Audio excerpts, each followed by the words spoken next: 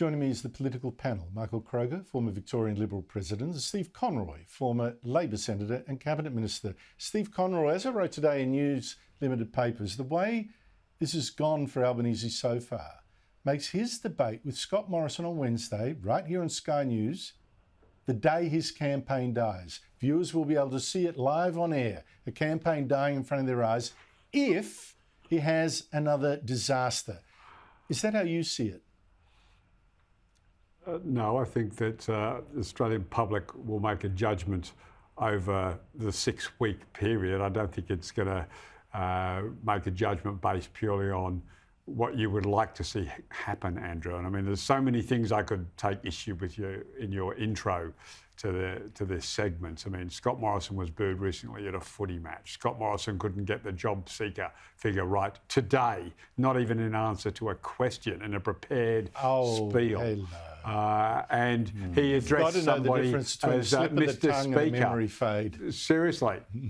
Seriously. Oh, boy, the whole economy's going to crash on that one. Temporary protection visas have been, opposition to temporary protection visas have been Labor's policy consistently now for 10 years minimum. So to somehow try and equate all of this off the back of what was a very, an ordinary week last week, if you're being polite. But the most fundamental issue around the polling numbers that you talked about, and I've been on the show with you now for many years. I've consistently said the 55-45 was a joke. I've consistently said the 54-46 was a joke. 53-47 is a joke. It is much closer than that. I just wish people, all of us, would stop talking about these 2PP numbers. They give a very false impression of how close this election has always going to be. I said when the election was called, at the moment, it was possibly even a hung parliament with nobody being able to form, a government in their own right. It has been that close since before the polls started in this election campaign. But for Labor to have a pretty ordinary week last week and the Liberals only to pick up 1 point out of a drop on that poll, I don't accept that poll's number, but if you want to believe it, 4 points, they got 1. I'd be just as nervous if I was Scott Morrison today.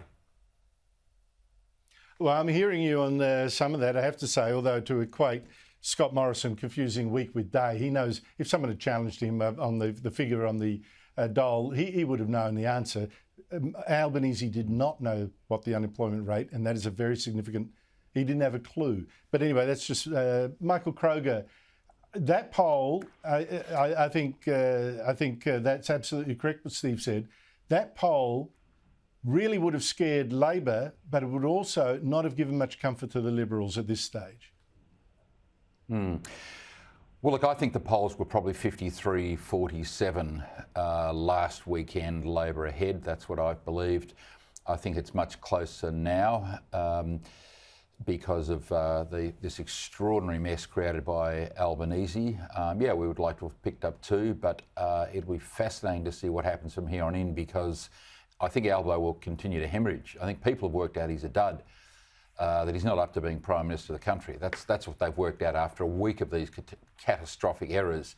The only good news for Albo is, and don't laugh, Andrew, but expectations on Wednesday night of him performing well are so low that you see this in American presidential debates occasionally. One says, some such great debater, he'll kill the other person. Well, if he doesn't kill the other person, then the other person's deemed to have had a win. So Morrison's been so good on the campaign trail, people expecting him to thrash Albanese on Wednesday night. If Albo puts up an average performance, people will say what a terrific performance it was from Albo, because they're expecting him to put in another disaster. That's the good news for him.